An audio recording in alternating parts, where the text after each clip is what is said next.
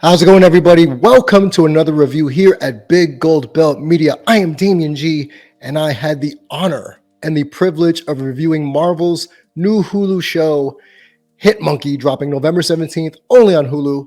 First 3 episodes to drop on that date. Now, I'm just going to go off of the show in terms of my review, okay? I'm not going to get into the lore of the comic because I went into this completely blind about who the character is, about who Hit Monkey is in general. I just thought, this seems cool. It's a monkey and a gun in a suit. You had me at hello. I found out after watching this show, after reviewing the show, that Hit Monkey actually is an obscure Deadpool character. So I thought that was interesting. And apparently Deadpool is terrified of Hit Monkey. And as you watch the show, you understand why people are terrified of Hit Monkey. Because again, it is a monkey in a suit that shoots guns and uses weaponry. Sign me up now. Sign me up for season 2 now. If that doesn't let you know how I thought about the show or what I thought about the show.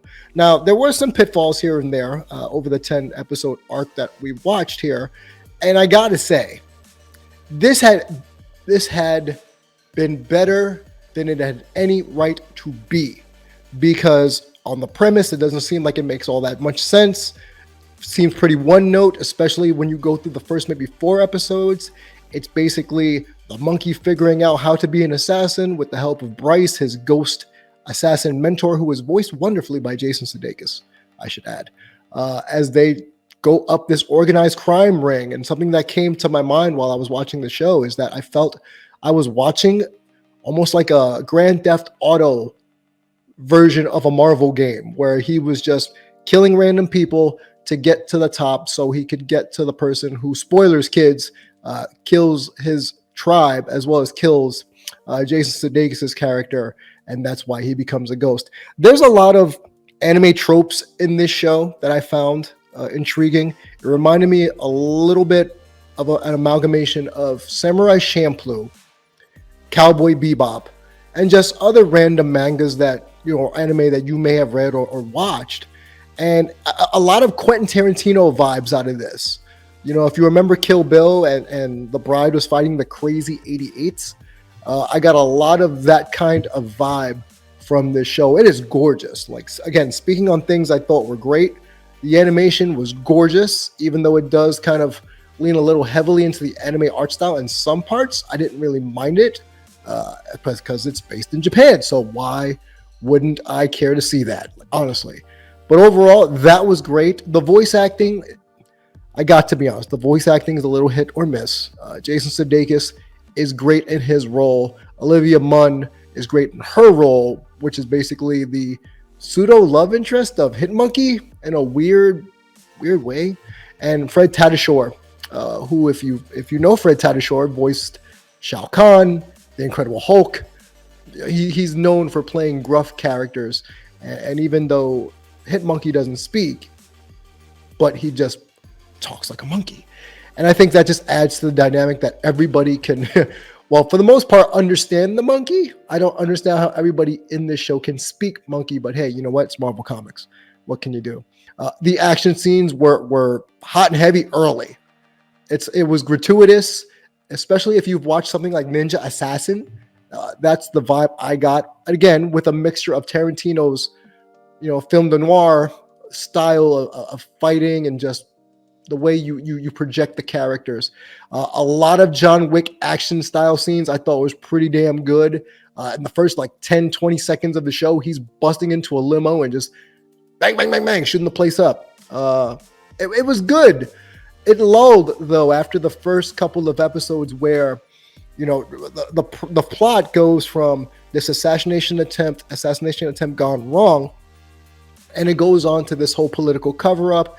There's Yakuza, there's assassins, there's Buddhist monks who are like blind masters. There's a dude who cuts bonsai trees. There's a crazy woman who runs like a gambling shop. There's these twin gangster brothers who, there's everybody's just dying from the monkey. It's just a lot to take in. And a lot of these characters just felt like flotsam and jetsam, like just nonsensical ancillary characters. And you kind of get bogged down in the, oh, they gonna die. Well, this person's gonna die. Okay, time for this person to die. And you're just kind of just doing a checklist. And it isn't until episode 5 or 6 where you start to get a little bit more backstory on all the major characters, on Hitmonkey when he was with his tribe, or when Jason Sudeikis' character, is with his wife and kid. Spoilers, you don't know he has a wife and kid growing up in the whole show, and what he did to become an assassin, or how he became an assassin.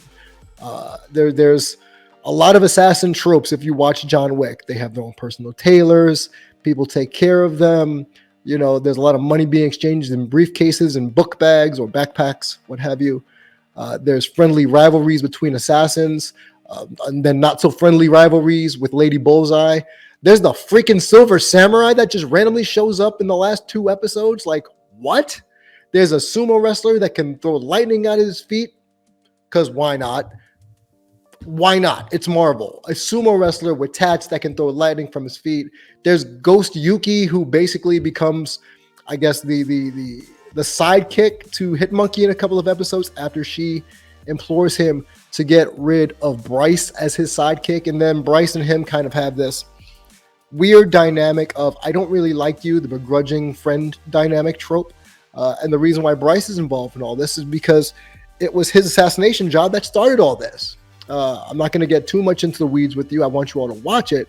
But there's an assassination gig that Bryce does, and it winds up blowing up in his face, and he comes across Hitmonkey's monkey tribe, the Snow Monkey tribe. And overall, just hilarity ensues, I guess is the best way for me to say that. Hilarity ensues, and, it's like a weird buddy cop comedy mixed with a lot of emotion. But when we get to episode 5 and 6, I think for me personally, that's when the series really started to get into a different gear, as opposed to just the gratuitous violence, where we got to know more about Hitmonkey. We got to know about the mythos, or even the way Japan works politically, where we got to peek behind that curtain. And, if you've watched my reviews, I understand and love that stuff, the inner workings of a societal nature and that part of Japan. Basically, you have the slumlords, you have the high rollers, like we've seen on television, like we've seen, as I said, in Tarantino films, as well as in movies like John Wick. But there's a political cover-up. Hitmonkey kills the killers, as they say, and hilarity then ensues. And then we hit this crescendo around episode like 7 or 8, where if you played Mortal Kombat or any kind of fighting game where you're going up a ladder to basically get to the boss, and that's what Hitmonkey does. And there's a big swerve about episode 7, where who the real villain of the story is, and you're thinking, okay, I wasn't expecting that, so I was definitely surprised. And then at the end of it all, we have the possible birth of a new villain from one of the characters who was on the side of light, of good, this entire show, until the last episode, where I believe if there's a season 2, a heel turn for you wrestling friends out there is inevitable. But like I said, of all the things I really liked, I love the animation style.